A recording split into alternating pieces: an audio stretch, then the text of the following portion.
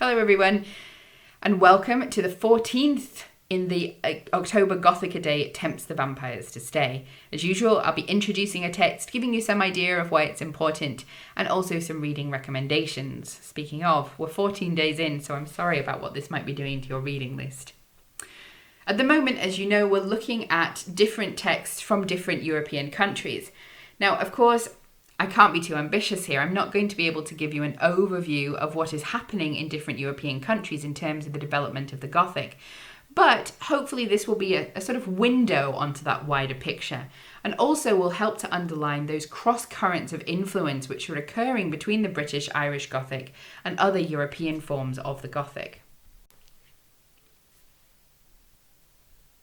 We often think of the Gothic as a particularly British genre. We trace its development through Walpole, Radcliffe, Lewis and Shelley, and we look at the aesthetics, often the settings, the themes and the prejudices of the Gothic as being really quite British. Now, obviously, this is to some extent erroneous. It erases the development of traditions in other countries. It ignores the fact that many of the authors that we think of as British are actually Irish writers, such as Bram Stoker, Charles Maturin and Sheridan Le Fanu, coming from a very different country and a very different cultural context. It also ignores the fact that the British Gothic was strongly influenced, both in its inception and development, by other literary schools. It's a case really of the blinkers of Anglo-exceptionalism quite often, obscuring how important these other literatures were. And particularly I'm thinking about today German literature. And I'm taking us back in time to the 1780s to look at the play The Robbers by Schiller, which was first published in 1781, but not put on until 1782.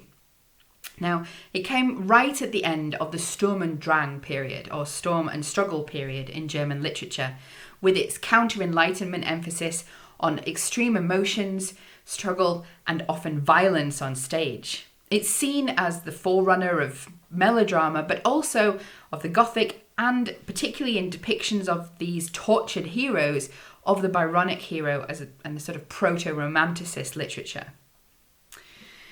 Now, there is a very strong influence between German literature and British and Irish Gothic, not only in terms of these general themes, feels, aesthetics and interests, but also in terms of very specifically admitted influences of German literature, German shock literature and German horror literature by writers such as Matthew Lewis, and also by writers such as the Shelleys or Byron.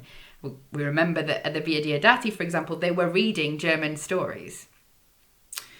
So what is this story about? The Robbers is the story of two brothers, Karl and Franz Mohr. Karl is the elder, full of joie de vivre, living it up in the city and running through his inheritance like it's water. Franz is the younger brother, cold, conniving, and desperately in want of that inheritance, and he's going to get it however he has to manoeuvre. And his manoeuvres include false witnesses and missing letters, but he does succeed in getting Karl this inherited. Of course, that sort of setup of the evil brother and the good brother is going to become a lot more complicated in the course of the play. Karl, in despair, decides to join a group of his friends who are becoming robbers in the forest, and he has noble ideas at first. He becomes effectively the noble outlaw, or thinks he does. He wants to become a sort of anarchic Robin Hood in the forest, but unfortunately reality gives him something quite different. He ends up in power struggles and also involved in increasing acts of violence, such as the rescue of one of the band, which leads to a village being set on fire and the death of over 80 people. He also binds himself to the band by vows which can never be undone within the play. Now, about halfway through, he meets a new recruit and tries to dissuade him from joining. But the new recruit says, "Nah, I don't really care about anything because my beloved Amalia, she married somebody else, so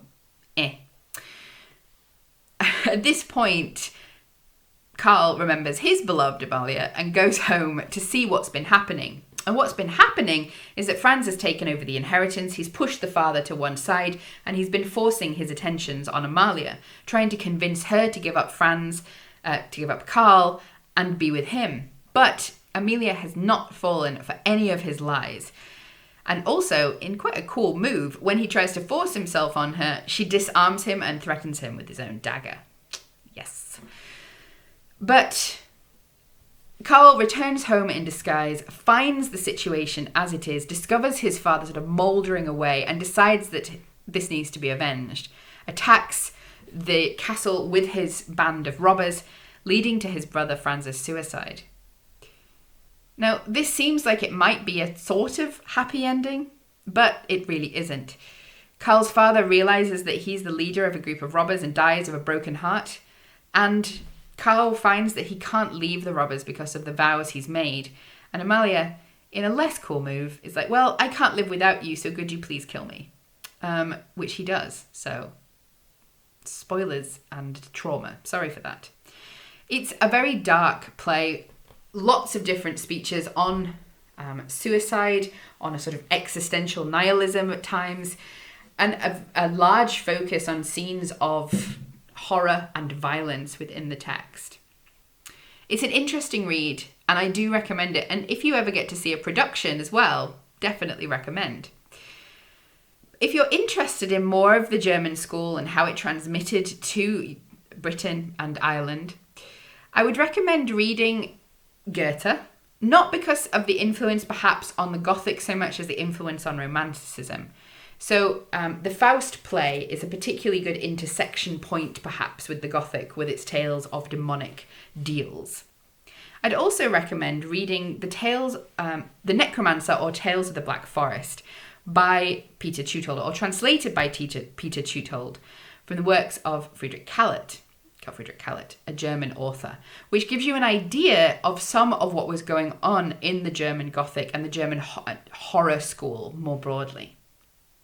So, I hope that you enjoy. I hope this has given you a couple of ideas. And don't give yourself nightmares. Bye.